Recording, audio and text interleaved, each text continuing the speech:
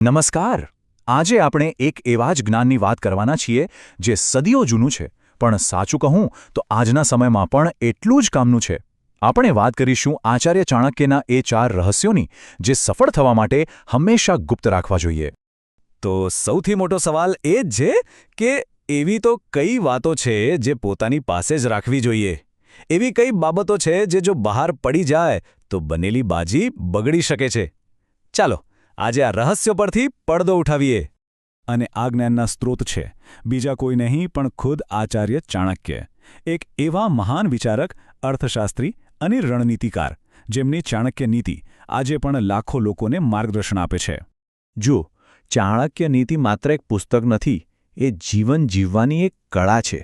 એમાં જે વાતો કહેવાય છે એ સમયની સાથે જૂની નથી થઈ, પણ વધારે ને વધારે સાચી સાબિત થઈ રહી છે. પણ ચાણક્ય સીધા રહસ્યો પર નથી આવતા.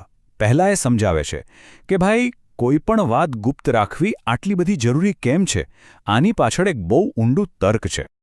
ચાણક્યનું લોજિક એકદમ સિમ્પલ છે. માની લો કે કોઈની પાસે એક જોરદાર પ્લાન છે. જો એ બધાને કહેતા ફરે તો શું થાય? દુશ્મનો કે પછી ઈર્ષા કરનારા લોકો એમાં રોડા નાખવાની કોશિશ કરશે. એ પ્લાન ચોરાઈ પણ શકે છે અને પરિણામ, કામ શરૂ થતાં પહેલાં જ નિષ્ફળ જવાનો ભય વધી જાય છે. તો ચાલો હવે આવીએ પહેલા રહસ્ય પર. અને આનો સંબંધ છે એક એવી વસ્તુ સાથે જે બધા માટે બહુ જ સંવેદનશીલ હોય છે, એટલે કે પૈસા. તો પહેલો અને સૌથી મહત્વનો નિયમ છે ચાણક્યની પહેલી અને સૌથી મોટી સલાહ: જીવનમાં ક્યારે પણ મોટું આર્થિક નુકસાન થાય તો એનો ઢંઢેરો ન પીટવો જોઈએ. એ વાત કોઈને પણ કહેવાથી બચવું જોઈએ. આની પાછળનું કારણ પણ બહુ પ્રેક્ટિકલ છે.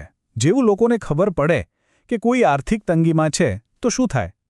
પોતાના જ લોકો, નજીકના મિત્રો પણ અંતર રાખવા લાગે છે. કોઈ મદદ કરવા આગળ નથી આવતું. એટલે જ ચાણક્ય કહે છે કે ચૂપચાપ એ પરિસ્થિતિમાંથી બહાર નીકળવાનો રસ્તો શોધો. ઓકે, તો પહેલી વાત થઈ પૈસાની. હવે બીજી વાત, જે એટલી જ સેન્સિટિવ છે, અને એ છે અંગત ઇતિહાસ અને સંબંધો. અને ચાણક્ય નીતિનું બીજું મહત્વનું સૂત્ર છે. ચાણક્યનું કહેવું છે કે જો લગ્ન પહેલાં કોઈની સાથે પ્રેમ સંબંધ રહ્યો હોય તો એ વાત ભૂલથી પણ પોતાના વર્તમાન જીવનસાથીને ન કહેવી જોઈએ. હવે આવું કેમ? કારણ કે ભલેને એ ભૂતકાળ હોય, પણ એ વાત વર્તમાન સંબંધમાં શંકાનું બીજ રોપી શકે છે, જેના કારણે વારંવાર ઝઘડા થાય અને ઘરની શાંતિ છીનવાઈ જાય.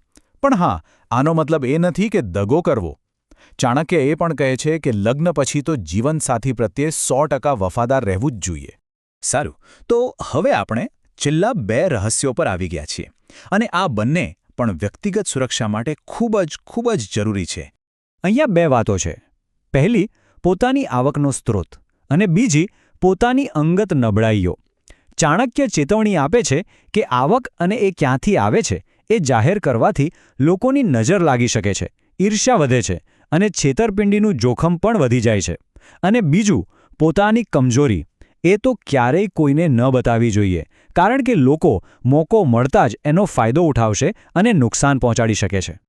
તો સવાલ એ થાય કે આ બધી સદીઓ જૂની વાતોનું આજના ડિજિટલ જમાનામાં શું કામ? શું એ હજી પણ એટલી જ સાચી છે? ચાલો જોઈએ. તો ચલો ફટાફટ આ 4 મુખ્ય વાતોને યાદ કરી લઈએ. પહેલું, પૈસાનું નુકસાન, ચૂપ રહો. બીજું, જૂના સંબંધો, એને ભૂતકાળમાં જ રહેવા દો. ત્રીજું, આવકનો સ્ત્રોત, એને ગુપ્ત રાખો. અને ચોથું, પોતાની નબળાઈ, એ કોઈને ન બતાવો. આ 4 વાતો આજના જમાનામાં પણ એટલી જ મહત્વની છે. અને આ બધી ચર્ચા પછી એક સવાલ મનમાં જરૂર આવે કે આજના સોશિયલ મીડિયાના જમાનામાં જ્યાં આપણે નાની વાત પણ શેર કરી દઈએ છીએ, શું ત્યાં ચૂપ રહેવું, એટલે કે મૌન રાખવું, એ જ આપણી સૌથી મોટી તાકાત છે? આના પર વિચાર જરૂર કરજો.